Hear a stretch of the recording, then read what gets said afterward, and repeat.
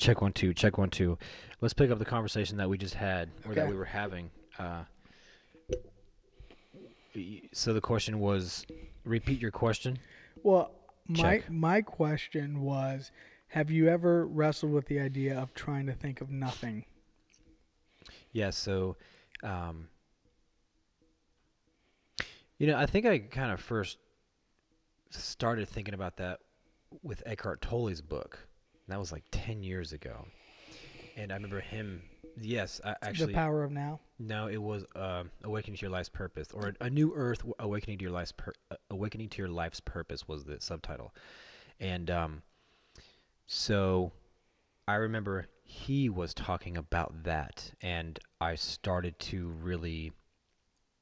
That's when I started to actually attempt it, and I feel like it was fairly easy. Just kind of not letting that voice in your head ramble on, and if it did ramble on, then to be the observer of that voice ramble on. So it's like there was you, then the voice, and then the observer. So there's really like three of you, and so that's when I kind of grasped that, uh, like, what do you call it? Exercise. Which I mean, which is different than what I was thinking about when I asked So it. what were you thinking? So, well, okay, To not have any of that go on. yeah, but Hmm. I mean, I think we should still have that conversation though. Like the things that you said, I think they're still, you know, good because I'll explain what I meant, but then you can pick up if you want where you left off when we were talking earlier. You were talking about this idea of when things come in, just to Hmm.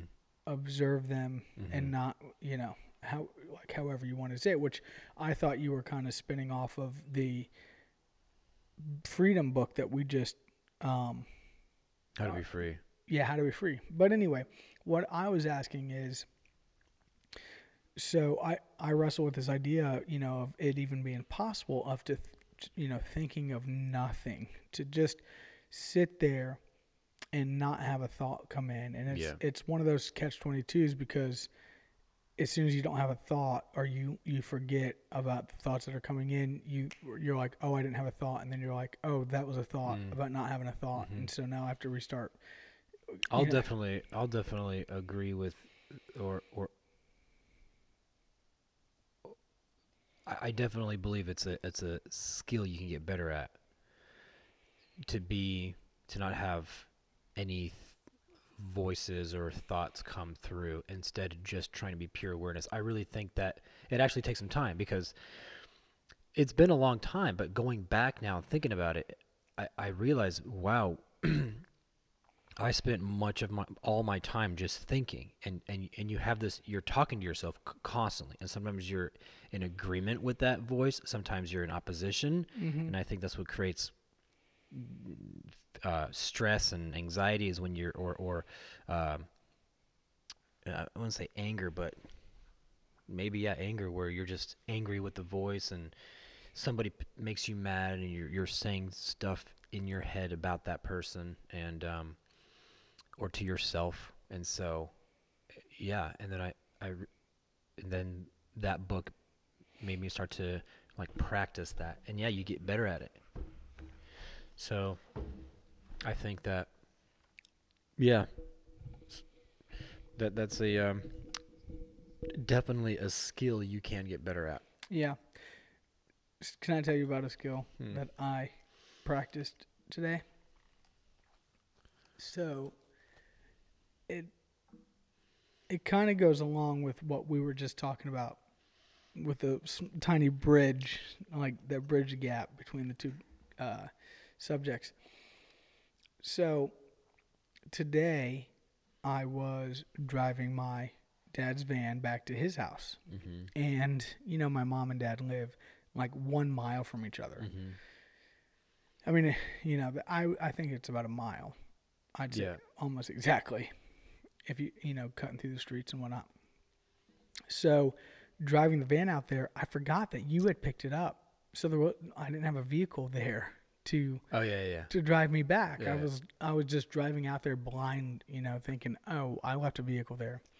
Well, I didn't have a vehicle there, but I did have one at my mom's house. So when I was driving out there, I was like, okay, I'll just drop my dad's van off and walk to my mom's. It's a mile, it's like not that big of a deal.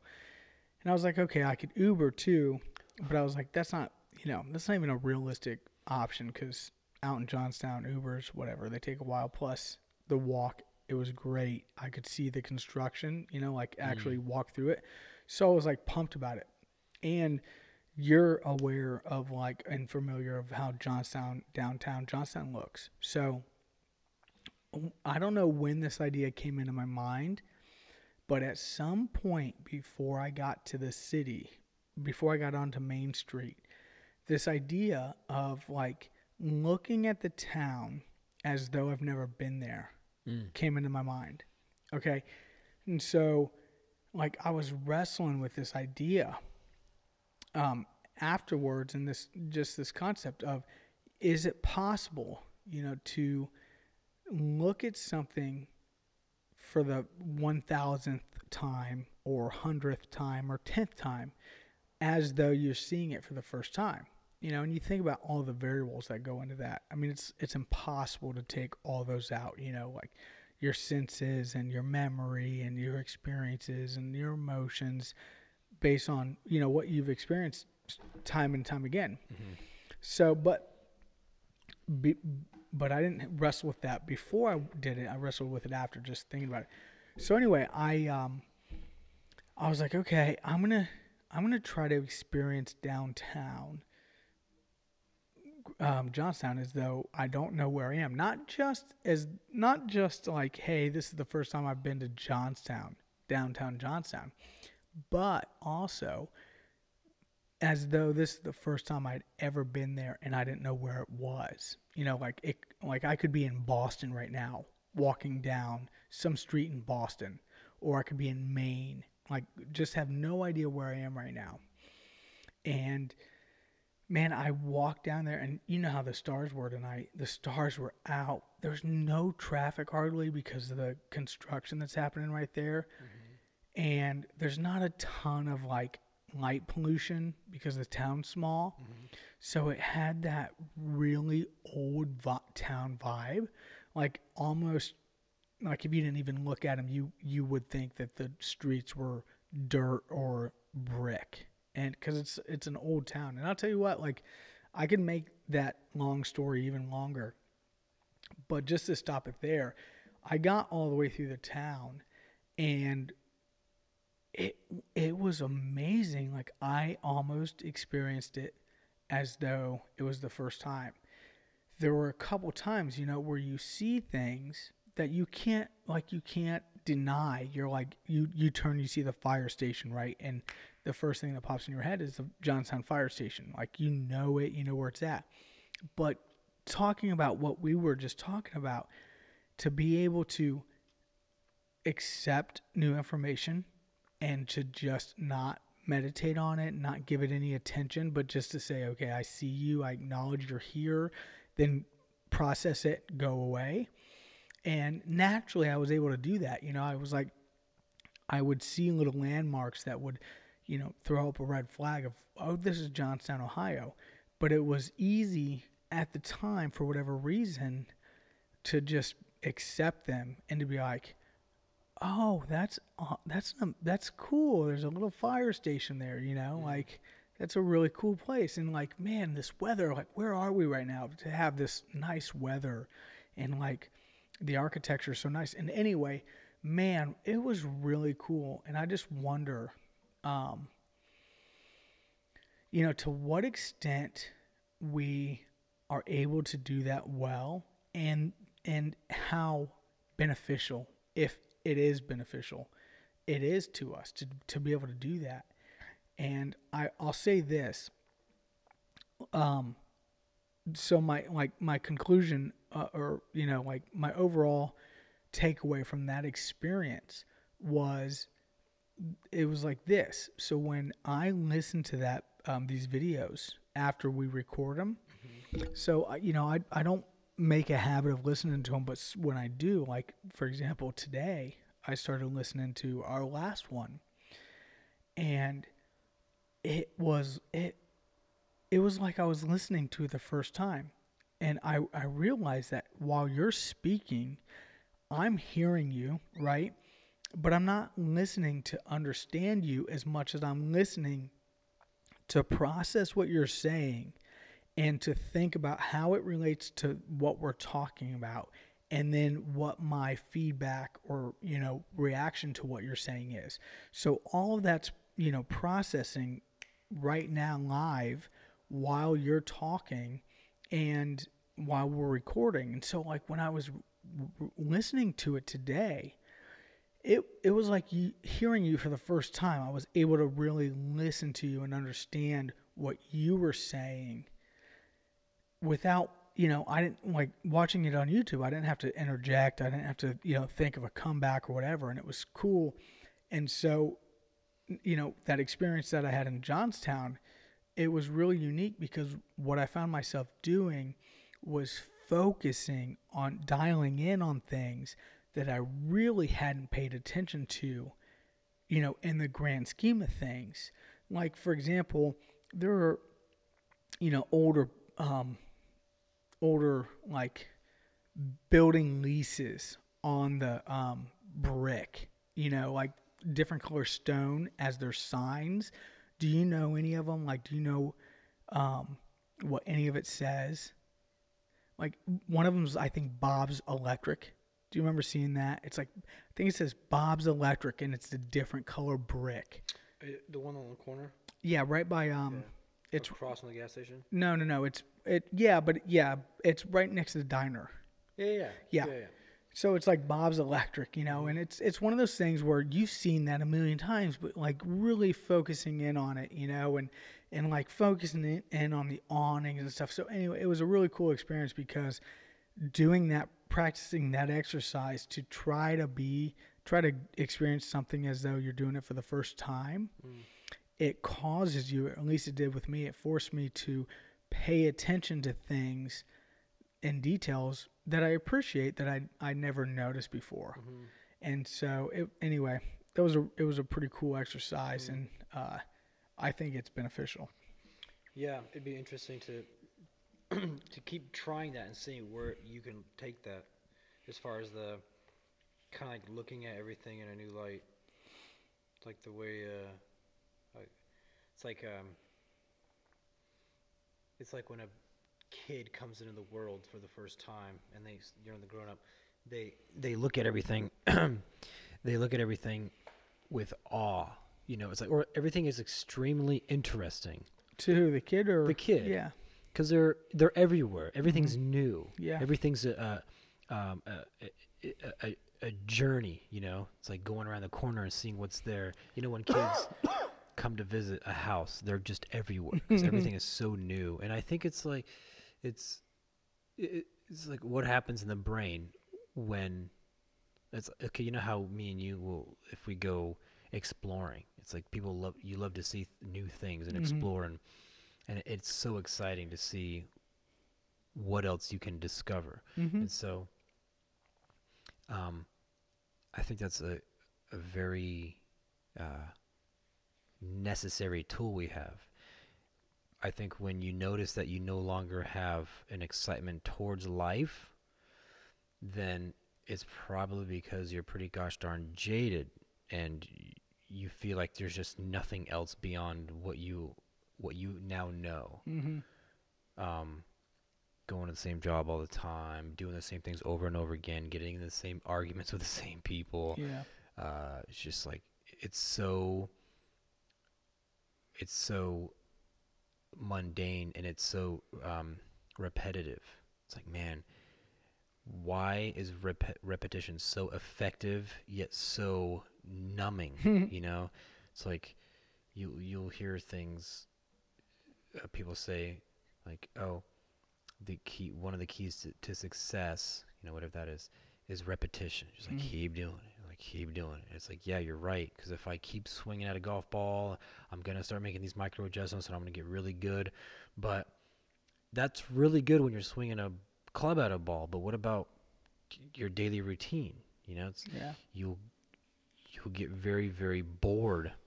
Um, So that's interesting. That just says to me through experience and through what you just said, is that it's like, man, keep that new perspective. Whatever you got to do to keep shifting things around to make things and life very exciting. Yeah, I think that's, I think that's like that's what I was thinking about when you were talking. Is like, hey, that could have been a pretty boring, mundane trip, right? And for some reason, whatever it was, my brain didn't want boring. Mm. It was like, dude, I'm so sick and like I'm just done with this, whatever. The Mm-hmm. same old routine. Like I'm first of all, I'm walking.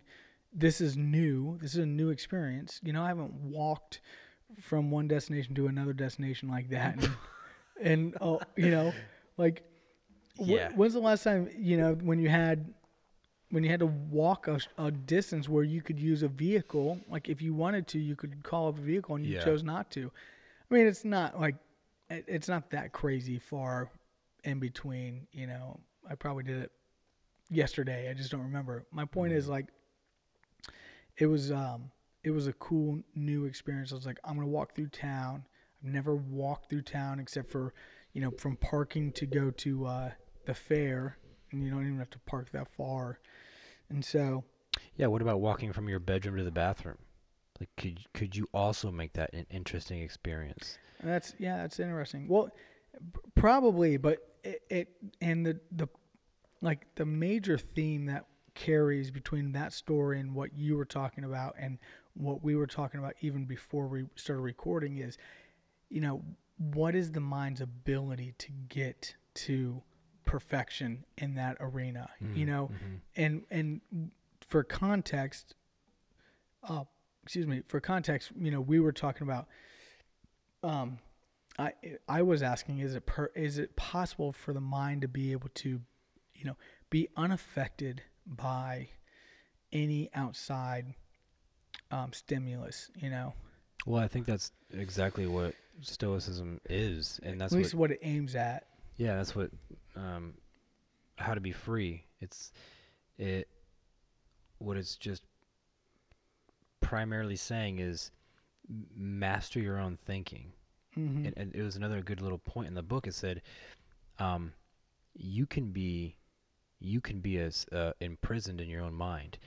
And it even went on to say that even people who are actually in prison could actually be more free than you are because, or than somebody who's not, because of the prisons that we Mm-hmm. create for ourselves. And what that means to me is, what are you allowing? What worldly things, events, or other people do you allow um, to have control over your emotions? Um, so I think that's a big, very beneficial tool. But I mean, not even a tool, because you try to think like, well, how could I? Because I think if you try to adopt that tool and try to manipulate it to like benefit you in a very superficial way, then I think that also defeats the purpose. I honestly think that maybe all these teachings are so that a person could change the trajectory of their life towards elevating to or towards moving to an elevated consciousness. Because what is it really worth if it's like, let's just say person A wants to do this and this and this in the world, and that's all they develop that just through the first 15 years of their life, their desires and their experiences that they want, and then later on you adopt that, you read some books, you come into this knowledge, and you say, oh yeah, this is very beneficial stuff. I'm going to take this and apply it to where I was trying to go already. And it's like, well, what if that wasn't the case? What if coming into the knowledge and applying it actually meant that, hey, you think you're going that way, but your trajectory is going to completely shift now, but you have to be open to it. Because if not, you're going to easily forget it or choose to forget it because it's not taking you in your original desire or toward your original desired destination, or you It's like a think you're. paradigm shift. Yeah, It's like exactly. an ultimate Yeah. paradigm shift. And the problem, not the problem, but the unique thing about paradigm shifts is you never see them coming. Because Yeah. if you did, there wouldn't, be a paradigm shift. Yeah. You would already have eh, accepted that perspective, or at least, you know, let me just say this: what I was saying and what I meant made sense. But if somebody wanted to be like rigid about it, you could say, I know, like wisdom, it would be like, I know I'm going to shift my thinking and perspective when I have a kid. I know I will. Things will Mhm. be different. I Mhm. don't exactly know what that's going to be like, but I know it will be different. And sure enough, it's like overnight. As soon as you have a kid, you look at your fireplace that's brick and sharp corners completely different. You Mhm. just had no idea you would have even ever looked at it different. Mhm. Every day of your life you just seen a nice fireplace. Now you're looking at everything in your house as a, an object that's going to kill your child. Yeah. You know, Yeah. and that you can't. I mean, of course you could teach that, and I'm digressing, but I think it's a cool point. But like I could tell you, hey, Conrad, when you have kids, you're gonna want to baby-proof things. Mhm. But even telling you that wouldn't give you the urgency or the feeling that you get when you actually do have a Mhm. kid, Mhm. and now it's real. Yeah. Now it's your own. Right. Right. And I don't know if it's even worth splitting, hairs on it, if they're both this equal of validity or whatever, because as long as you know it, if you act accordingly, I guess the result is the same as if you experienced it and it was your own. Mhm. Um but I'm just piggybacking off of what you were saying. um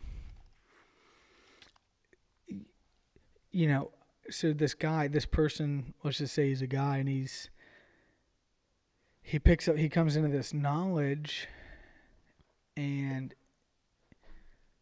he, to your point, he's like, okay, I'll just use this to my, you know, I'll just use this stoicism as this is a great tool. I use it to get what I want next. Yeah.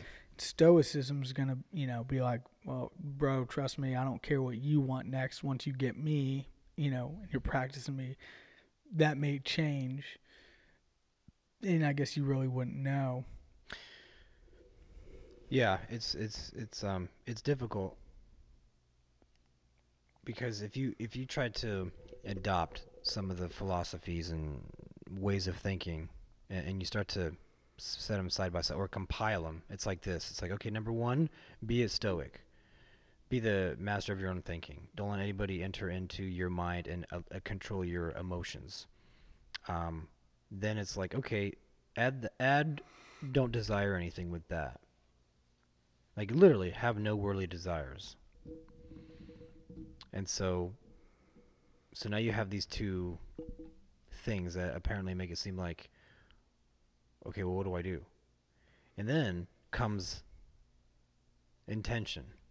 It's like, okay, well, are we gonna have a conflict here because I have stoicism, I have don't desire anything, or be a master of your own mind, don't desire anything, and then maybe you come across something where it says be very intentional with your thoughts and actions. It's like, okay, well,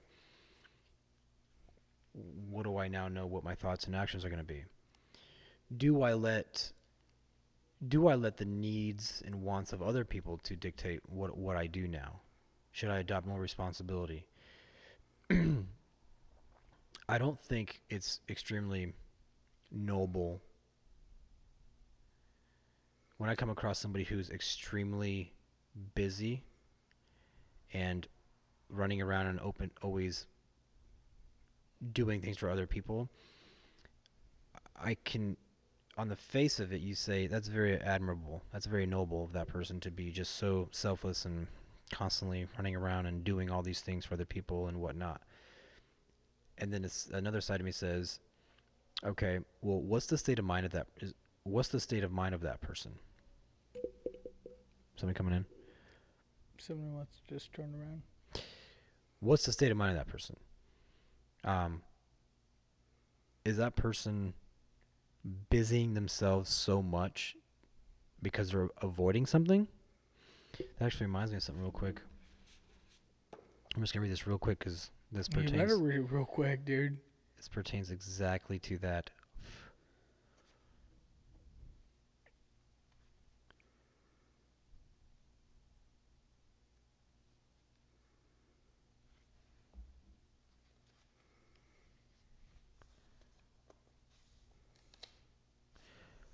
I'll just read this whole paragraph, but the last part is Just, just for dude, just the context. whole chapter. This is Can you written just do? by this is written by Francis S. Collins. Actually, it's called The Language of God. I learned about this book through Christopher Hitchens, who's an atheist, by the way. Good for him. This guy's a scientist. He's a Christian though, and he actually He's led. way better than that other guy. He's actually he actually led the Human Genome Project back in the what was it the 90s. Um, so here's what he had to say real quick.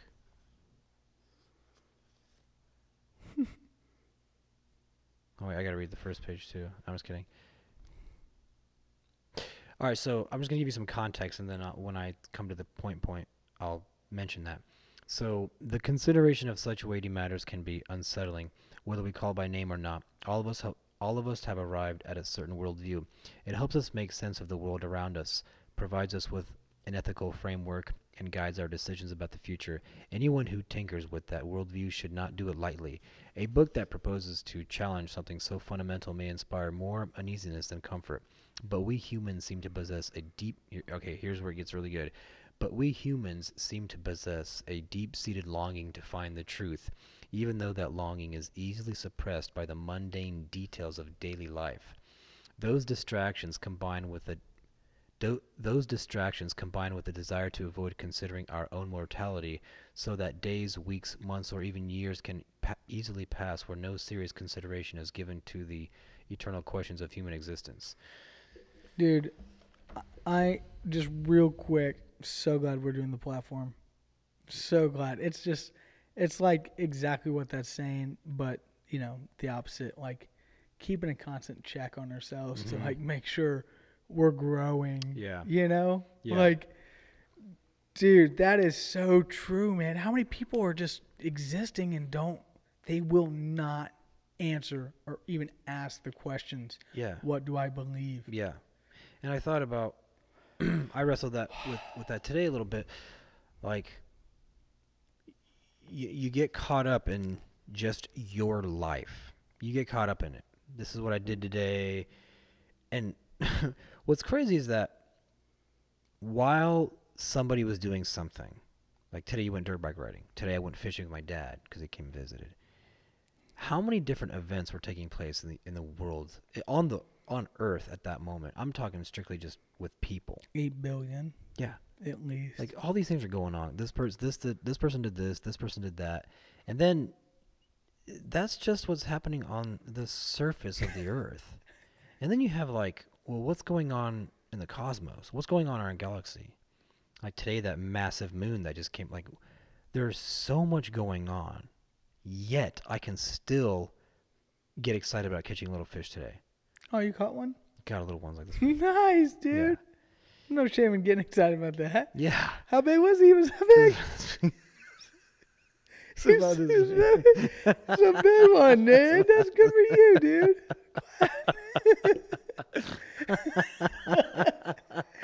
Oh, Dude. he was huge. You should have seen him. He almost got away. He was like, Oh man. So oh, yeah. So it's like you can be caught up in such little things while there's so much more going on. isn't that the truth? But then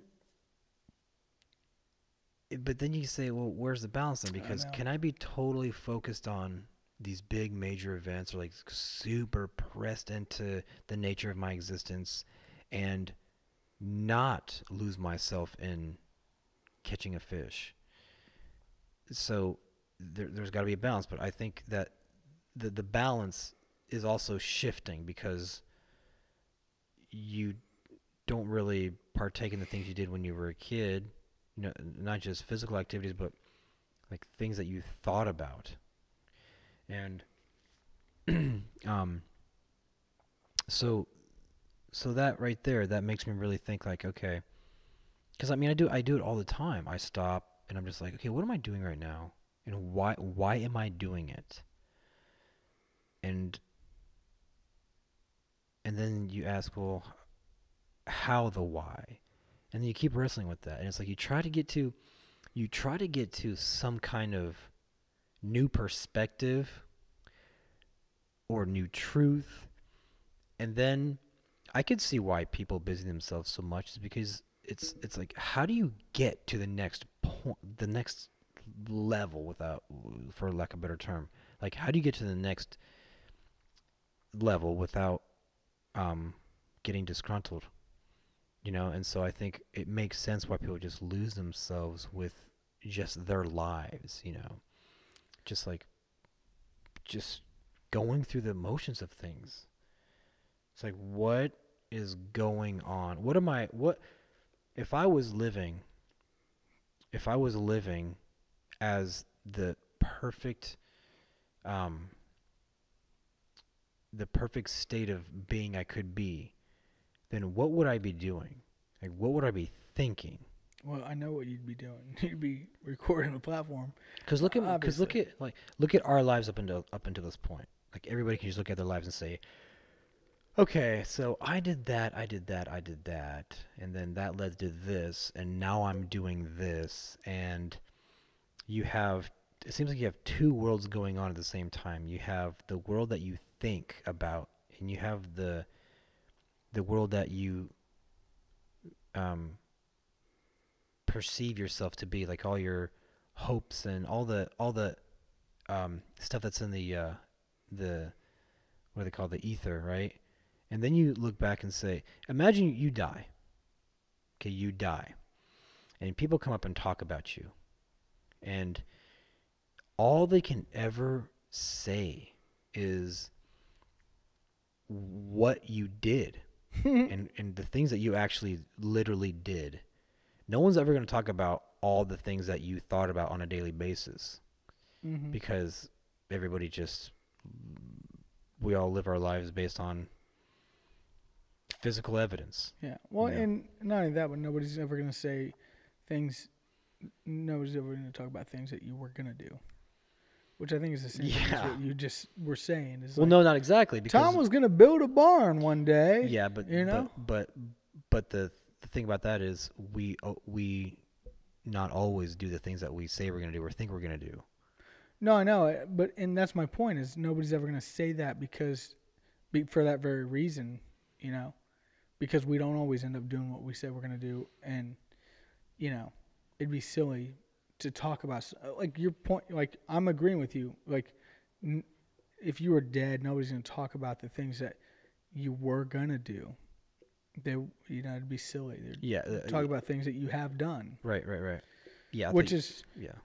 which is probably a lot of where a lot of where the saying comes from, or a lot of where the saying um, actions speak louder than words. Mhm. Probably comes from that truth. Mhm. You know Yes, actions that speak louder than words. Yes. man, when you're dead, the only thing people can ever talk about is the things that you did. Mhm. But where were you going with that? Well, I mean, a few did you different know? a few different places. Oh gosh. One of them is um well yeah, what is the ultimate sense? What is the ultimate, what do they call it? Self-actualized person or self-realized person, self-realized individual. I think Friedrich Nietzsche called it the overman, somebody who surpasses the general expectations of, or what the world generally expects a person should be, and it's like, look, we live our lives and we have a constant feedback loop. We have a feedback mechanism that lets us know who we are in the world, because we're constantly looking at other people and then looking at ourselves, and then we have our aspirations and all that Yep. stuff. And then, well, it's like, yeah, I can feel good about myself if I'm somebody who, let's just say, has beat everybody or has beat the majority at whatever the the competition is. If it's Mm-hmm. finances, fine. If it's accolades, Sports. fine. Yeah, sports or any kind of academic achievement or whatnot, Mm-hmm. discoveries, yada yada yada. Records. Yeah. Status. And so you look at that and say, let's just use like a basic example. Okay, I'm a marathon runner or something. Let's just say I'm a 100-yard dash runner, right? Is that a thing? 100-yard dash? Mm-hmm. I beat everybody. I'm Usain Bolt. And I look back, I go, sweet. Like I'm awesome right now because I'm comparing. It's a Mm. feedback thing. It's what do you compare it to? You're not comparing yourself to a cheetah. You're comparing yourself to people who run slower than you, which is cool. Yeah.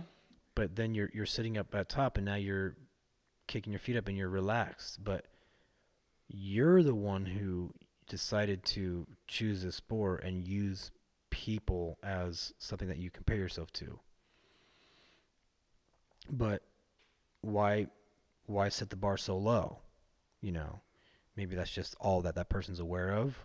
Um, but so then you ask yourself, I was like, well, where do I elevate myself to? Where do I go with my thinking, with my mind? Um, because I would say that the worst thing, not the worst thing, but not that great of a thing, would just be continually compare yourself to who you were yesterday.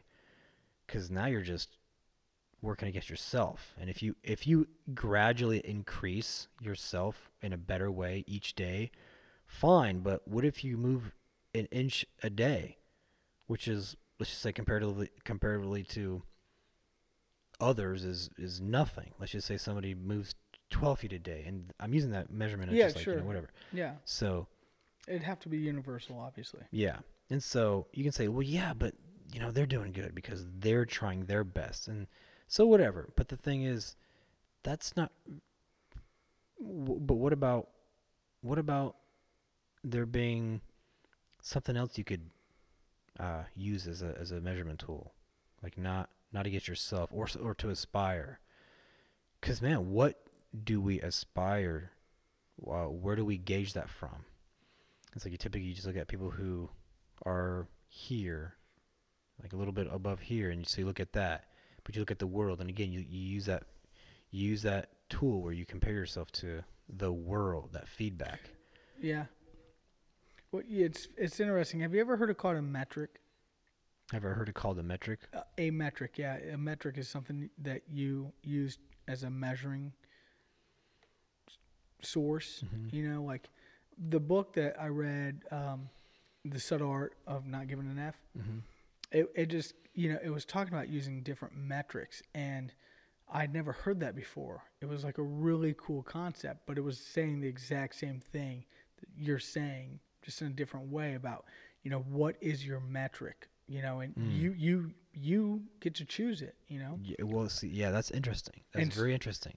yeah, Because I'm sitting here thinking, going, because like right now I've been wrestling with that thought, because you know, trying to increase wealth is it's okay, but it gets very boring quick, and then you get to a certain level where it's like, then everything just becomes superfluous. Like it's excess. It doesn't matter, and then you could be that person who gets really really excited about it. It's like, okay, this year I'm gonna make 5 million. Next year I'm gonna push for 7 and 8, and then it's like, well, if you can just fast forward your life a little bit, like, don't you already see how boring that's gonna become? Because when are you gonna end? It's like, well, I'm mm, just gonna just push it to the max. And it's like, okay, well, forget money. I gotta find purpose. It's like, okay, well, what purpose are you gonna look for, and how you gauge that? How are you gonna find that out? Um, and so I'm sitting here thinking like, one thing I want to say is real quick is I'm surprised at how excited somebody can get for the same thing over and over and over and over and over again. Like, somebody who's really excited to watch the Super Bowl. Let's just say, I'm just picking something. It's like year after year after year. It's pretty much the same thing. Two teams get together and they fight for this thing, and then mm, sure, there could be way more meaningful about it, and it could be it could be metaphorical. But the truth is, how much of it is actually really, really exciting, really, really exciting, or is it all, or, or also is it something that you do because it's familiar? We can go back to the whole familiarity thing. Hmm. And so I don't, maybe it's just the way I'm personally wired, but I get kind of like bored quickly. Not bored, but I like to progress. If I see myself doing the same thing repetitively, I'm like, okay, well, this is repetitive, and that's where I kind of like something that actually physically happens to me. I get very like foggy, and I get very just unenthusiastic. Whereas progress is really exciting, and but where it gets really exciting is, well, how do you like uh, control where you're going to go with that progress? So like right now, my thing is, well, I'm very interested in the next level of like thinking, like perspective and being. Yeah. It's like what? I want to think differently Well, yeah. than the Well, I humans. mean, don't. Well, I mean, do you ever Yeah. do you ever think that it's like how how okay, look, I know somebody who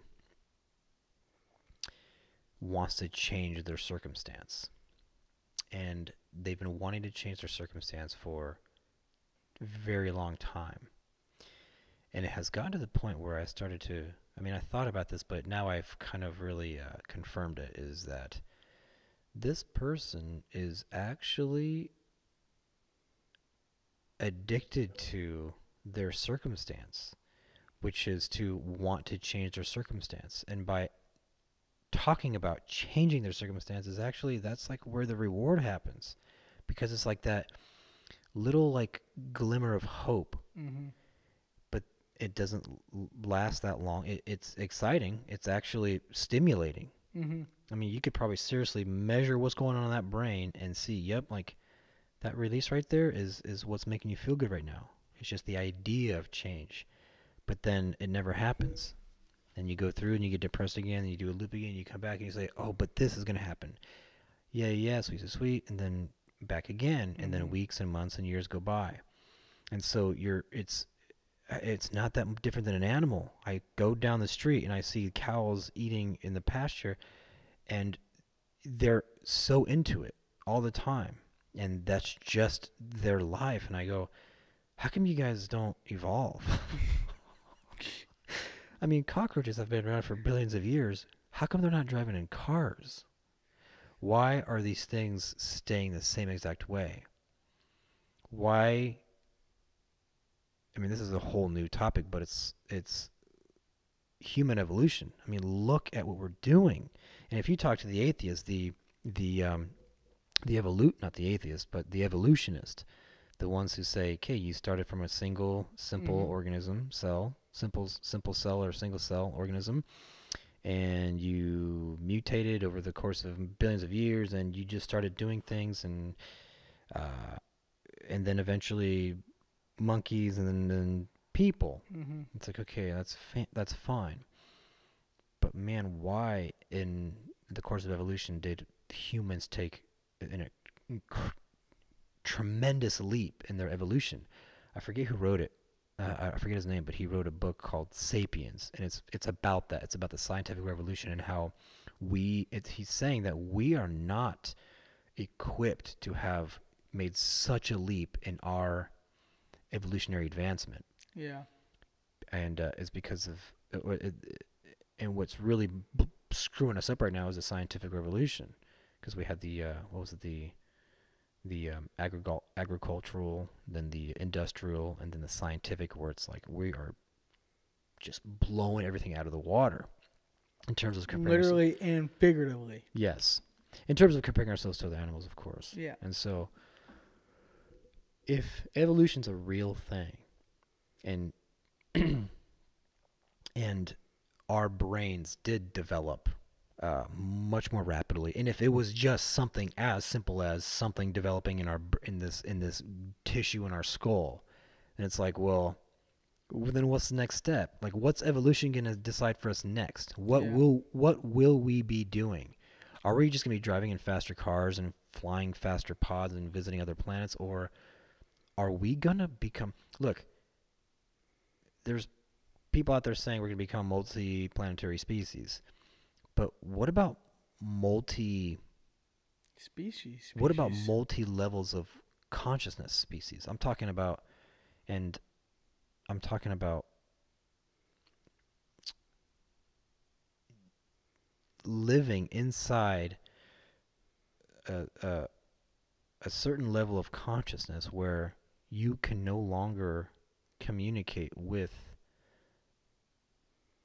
people of the material and earthly world. Now, that might get a little bit too crazy, but I mean, I'm just using my imagination. Where does it go? Where does it really go beyond this? Because we know that, at least I believe it, and I'm pretty sure you do, is that this isn't all there is. I mean, of course, we like there's heaven and all that, but I'm talking like what is if there is a heaven? What does the consciousness look like in that space? Hmm. Like, what is it? Is it going to be like this? Like sitting at a table, like, hey, what's up? What's up, Tom? Like, that was a good meal. Like, what do you want to do now? Or is it going to be like, or is it going to be so? Is it so impossible to fathom that right now we just simply can't even imagine it? But you start thinking about things like, well, I remember in moments where I had blissful uh, moments of in meditation where I really was just pure awareness, and I there was no thoughts, and I felt totally disconnected from my old self, and I was like Hmm. I felt connected with the universe and yada yada yada. So, and I'm wondering, can we start kind of reaching those levels in this lifetime, or is it going to be 30 years from now? I'm just like grabbing a bowl of cereal and sitting down and watching the Super Bowl. It's like, yep. I mean, isn't that what just like getting? Isn't that what getting old is? I'll say one more thing and then I'll let you ramble on. Check this out. So my dad visits today, right? He's 72 years old. He's the man. He's a man. We're sitting there talking, and I've noticed that as my dad ages, he tends to want to listen to people less. And so my dad will ask me a question, and I'll start answering it, and he'll just cut me off and start talking about something else. Not that he has like dementia or anything weird going on. I just think he's kind of like, yeah, whatever, man. Like, I don't want to try to follow your train of thought anymore. Like, it's just kind of like I'm in my zone right now. Oh, I asked the question at all. Yeah, just to be polite, I I guess. am like, hey, Connor, what are you doing today? And you start, It's like well, I first I'm going to the grocery store, and then, okay, listen, at, yeah, dude, I'm telling you, that's what it's like, Tom. And like I said, I know he's not. well, you don't know. Well, I don't know, but it seems very evident that he's not like has amnesia or something. I mean, he's just at that point where he's like, it's like you're not gonna have a conversation with a 2 year old or like a Yeah, 3 year old, like or at least take it serious, you know. yeah. It's kind of like they're gonna talk, or it's like when a kid comes up to you and says, "Hey, did you know that I rode a pony?" And you're like, "Yeah, okay, yeah, that's cute, you know." Yeah. But when you're an adult trying to have a conversation with somebody and they don't really, it's like by choice choose to register what you're saying. Yeah. Um, and I guess my whole point of saying that is, dude, my dad's getting so set in his ways that even conversing with him is almost like there's really no point because you're gonna say and The- you're gonna you're gonna cut me off as soon as you feel it's necessary, which is gonna be after just 2 words. If I have a 2 sentence response to his question, forget it. I'm only I gonna think get so. I think the burden lies on you to shorten your yeah. your There and I responses. started doing that. I started doing that. Your dad is the only person cool enough that I know that could do that Yeah. and get away with it. He's that cool. You're just like, oh dang, I better come up with a 2 word answer. Yeah. Yes, yes. Yes, because when you have a conversation with somebody, it's back and forth, back and forth. You know, that's like what conversation Yeah. is.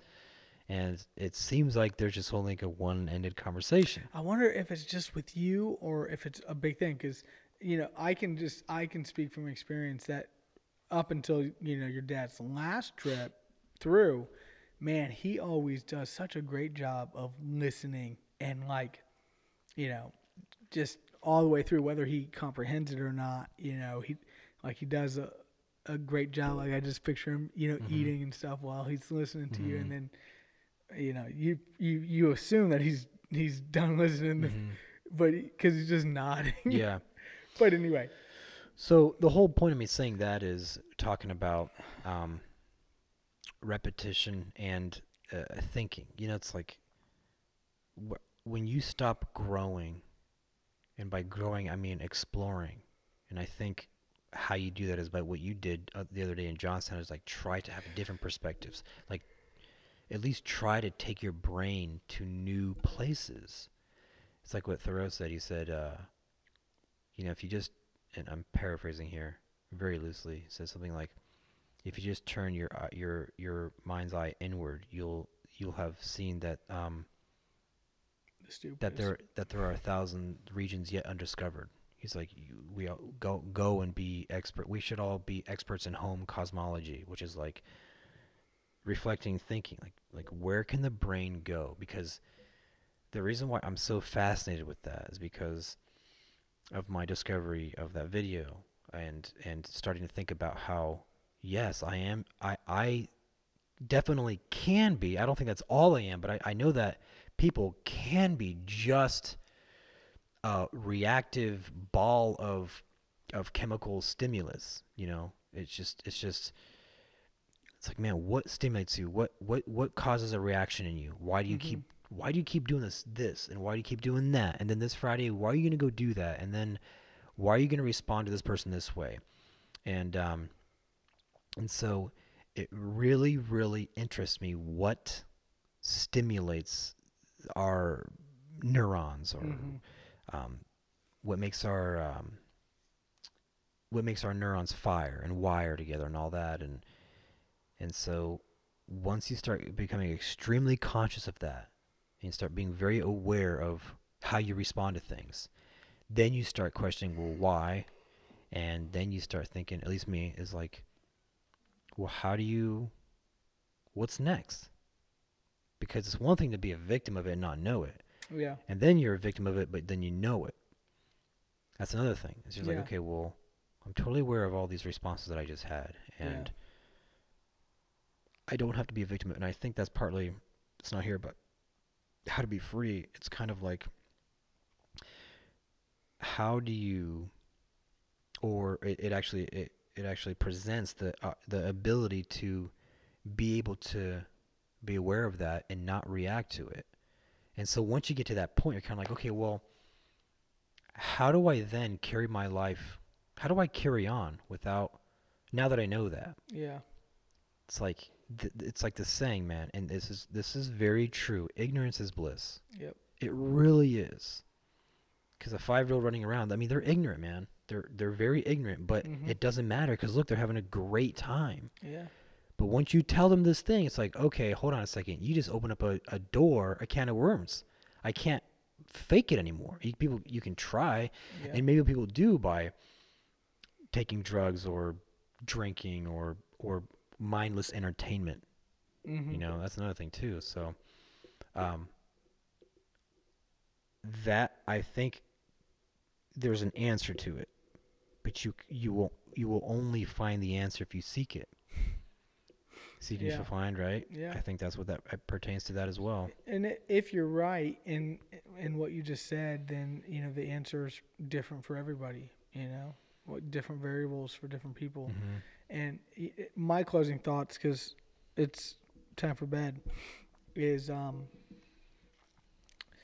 and I'd love to talk about this more on the next episode. But on the way over here today, I was thinking about this idea of playing victim, and you know to some degree we are all victims. You said it either on while we were recording or not, but like asking yourself, why am I victim to these things that are in my head? Like I Hmm. didn't put them there, and Yeah. you Yeah. know, So yeah, here on yeah, this. yeah. And so, um, it's so. I got to thinking when I was driving over here today, and I wasn't like, I'm over the victim stage, Mm. like I have been doing something that is so liberating, and I would love to talk about it more Cocaine. next. Yes, I got a little bit right here. Next episode, you looked, you sandbagger. You were getting a little excited there. Um, I'd like to talk about it a little more next episode if we remember. But it's called taking responsibility. It's liberating, man. It's like so freeing to just accept responsibility for your actions when, especially when they're wrong. Like when you do something. I mean, just I don't know, like Thursday, it must have been Wednesday. You know, I um, like punished Kaylin for something that she did that could or could not have been, easily could or could not have been argued both ways that I was right or wrong. Like did the crime, did the punishment fit the crime? Is that what it is? Oh, I think so. I don't know, but that Yeah. makes So sense. Yeah, that makes sense. anyway, the bottom line is, I took away her vehicle for a day, but I also needed her to Take you somewhere. to use her vehicle, and so it was like it, but also too, it was it was my responsibility in the first place to, you know, to handle the situation so she wouldn't have been in trouble. I don't want to go into all the details, but the bottom line is that I grounded her from her vehicle, and then I realized, what I did, and I was like, you know what, I'm sorry, this and that. But my point is, like, it's so easy to just take responsibility for things, and you'd be surprised at like the reaction you get when you do take responsibility. So anyway, I say that to say, like, so I'm over playing the victim card, but at the same time, I do have I struggle with things that other people don't struggle with. You struggle with things that other people don't struggle with. We all struggle with things that we could find somebody else that struggles with the same things, but Mm-hmm. also we know everybody in proximity of us is struggling with something different. So Yeah. it looks easy, Mm-hmm. like why can't this, or why can't I be patient? Like Sure. this Yeah. person is so patient. Mm-hmm. Like he just gotten this, like three people just cut him in line and he's fine. Mm-hmm. So having said that, like I was really wrestling with this idea on the way over here of getting, like, being on the same playing field as other people in different arenas and different areas of your life. It's like, okay, um, it may be super easy for so and so to be fit, and to just be like, look healthy and look like he does great exercise. Maybe he has great genes that allow him to do that or whatever.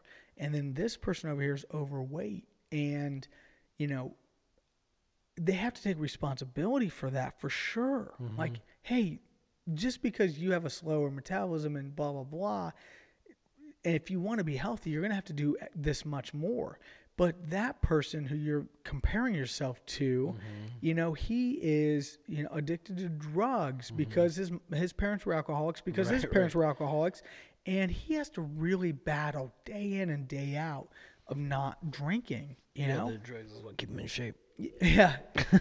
And so anyway, I was just wrestling with this idea of, where this boundary of, I don't even know what the boundary would be. Not grace or judgment or a metric, but all of those and then more of like, hey, let's bring everybody on a even playing field and grade with a curve. Mm. So like if this person is this, addicted to drugs because of these reasons, like, everybody like him is also addicted to drugs. So here's the curve there, and if that makes sense. Mm-hmm. And but at the same time, like there's no excuse, if you have the knowledge. Like ignorance is bliss, so you really can use that as a valid excuse unless you're, playing ignorant, which then, voids it, obviously. Like, Mm-hmm. if you know that you could know more information Yeah. if you went down a certain Right. road, but you're Yeah. just Yeah. not going down It's it like because, ignorance is bliss, but it's also harmful. yeah, yeah, There's a what do you say? It's like, oh, it's a funny recording. It's like, if you think education is expensive, you should see how expensive stupidity is. yeah, And but that's true too. It's, yeah, knowing that you could know more. yeah, yeah. And so, anyway, I just was, that just comes off that idea of, you know, what's the last thing you said about like, um, seeking the truth, because here's the bottom line. Like, the person that you speak of that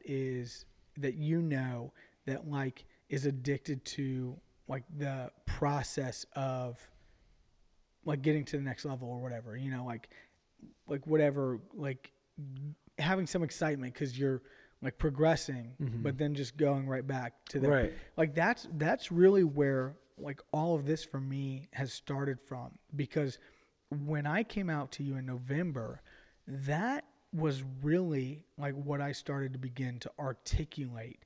Like in my Bible study on Wednesday mornings, I was like literally right around the same time that I came out to you.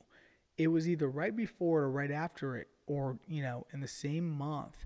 I was saying to those guys, like, I finally figured it out. Like, I've become aware. And I literally said that same thing. I was like, I'm in this cycle Mm. of like this happening. And then because this happens. And then because this happens. And then I start all over. Mm. And, it's like now, if I look back at a year, like seriously, that cycle is the same, except what's really cool for me is this cycle is like a like an auger bit.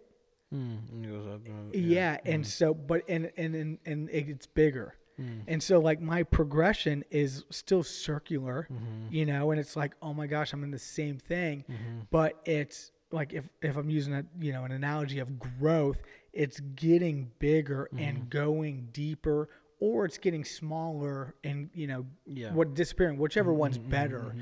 But like there are a lot of things where um like today, so my engine broke down in my truck. Mm-hmm.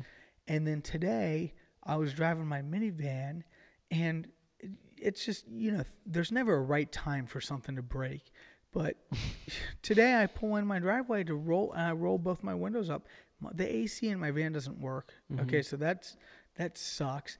Now my passenger side window doesn't roll up. I heard just a big crash, so I'm like the motor or one of the like keys or whatever fell off, and so now the window's down.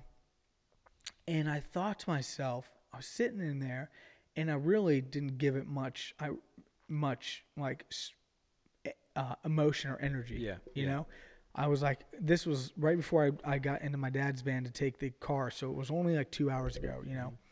And I was like, okay, that's just another thing that I Yeah. got to fix. Right. Right. Then I was sitting there actually thinking about it, and it was, not that I maybe I thought about this consciously or not, but I was like, there's a fork in the road. I could have easily played victim and be like, why does this stuff keep Yeah. happening? Mm. But the thing is, like and then I also said to myself, I was like, like thinking about the law of attraction and stuff, and it's like, man, why when I start getting ahead, do things start happening Mm-hmm. where they, like, as soon as I get any income that starts coming in, like a surplus or whatever, boom, Your chart goes down. needs what? Right. Yeah, Yeah. needs come in, Right. and so I really do believe that that's not coincidental. I just don't. I mean, I think it's a life cycle. As soon as I like start getting ahead, like I'll manifest, things, and that engine, it could have very well have broken down because of neglect on my part. Mm-hmm. Like I mean, that's probably not the case because that engine is notorious for, breaking. Like any mechanic will tell you that it's a bad engine, Yeah. but there are certainly other, engines that are the exact same that are still on the road today. Mm-hmm. So it's one of those hit or miss, things. Yeah. But the point is, like, I really had to become, observer of this happening to me today, and to really look at it in a perspective of like, okay, like this, now I'm here, and I was here last year with, or whatever, I could say 3 years ago with a broken down engine, and in the same situation with finances now, where am I going to get an engine from and all this Mm-hmm. stuff? Mm-hmm. But instead of looking at it like woe is me and I'm a victim and crap happens and whatever, it was like I was just grateful for where I was, Yeah. and the progression. Like, I don't know how, like, the metric that I'm using to measure the growth that I've had in a year, but regardless of, um, the physical growth around me, the intellectual and spiritual and mental growth has been, you know, like really good. Mm-hmm. So that was that was good to be able to use as a perspective Mm-hmm. of like, oh my gosh, man, like woe is me, like Yeah. why does this crap keep happening? Yeah. So anyway, but I will, I'll end with this. Like, um, I personally think that the balance that you asked about in the very beginning of this recording is so hard to find. Of who do you compare yourself to? What do you compare yourself to? Yeah. Because your problems are so minor compared to somebody else's, Yeah. and B, your problems are so real. They are exactly what you think they are. Yeah. And if they're the end of the world for you, they're the end of the world for you. You know what I mean? Because they are your problems. Yeah. And so there's that fine balance of like, oh my gosh, my car broke down, I'm going to be late to work, and somebody's getting, killed or beaten or molested or Yeah. something, Right. Right. and it's like, some people don't have a car and they never experienced, Right. Right. Yeah. shelter. Yeah. And so, like, shut the F up and Mm-hmm. like suck it up. And then also it's like, no, dude, you're going to be late to work and this is a sucky day Mm-hmm. and Mm-hmm. this is real stress. And Yeah. so it's like, okay, how do you balance those two between these polar opposite realities that both exist? Yeah. And I think it's just, it's a case by case basis, and it's, variable by variable, and person by person, but you just have to take it all in with like perspective Yes. of Yeah. both of those Mm-hmm. happening. Yeah. Sam Harris said something the other day that I wrote it down because it was really impactful. Uh, it was something along the lines of, you don't, if you're, it's something along the lines of you don't, you're not aware of you're not aware of what you're not aware of, and what you are aware of can greatly benefit you. So the what I take from that is, look, if what I'm aware of can make me grow and benefit me, impact, just make me be exposed to other things, then it's like you've really got to value the ability to become aware of things. And Mm-hmm. so it's like never stop pushing. Yeah. Never stop exploring. So um, that's what I aim to do as well. It's funny because you and I have surpassed the ignorance is bliss card. Like, we can never play ignorance is bliss again, because we both know, that the pursuit of knowledge Hmm. is power. Yeah. It's whatever. It's freeing. It's Yeah. liberating. Yeah. Whatever. Yeah. It's No. it's Yeah. a good thing. And so it's like, I totally agree. Now there is no, and I think I experienced this today. There is periods of rest oh sure, yeah, because today I was actually kind of frustrated, um, just because I felt like things seemed a little bit stagnant, But I quickly I overcame it by me and my dad just going having breakfast today and then going fishing, and it was just kind of like okay, this is just gonna be a day that just kind of slowly creeps by, and it'll be no big deal. But it's like I felt like I'm glad we did the recording today because it's like it throws you Yeah, back on that path of yeah. Sure. all Every right, time your parents come in town, dude, they yeah. shake things up for you. Good thing my today it was just my dad. My Easy, mom, dude. mom, Elizabeth, mom stayed back, Elizabeth, I love you, but dude. She birthed you. yeah, she did. All right. Well, yeah. I'm glad we recorded too. Yeah, All right. cool. All right, we'll see you next time. Yeah. We'll pick it up next time. Yeah, all right, bye.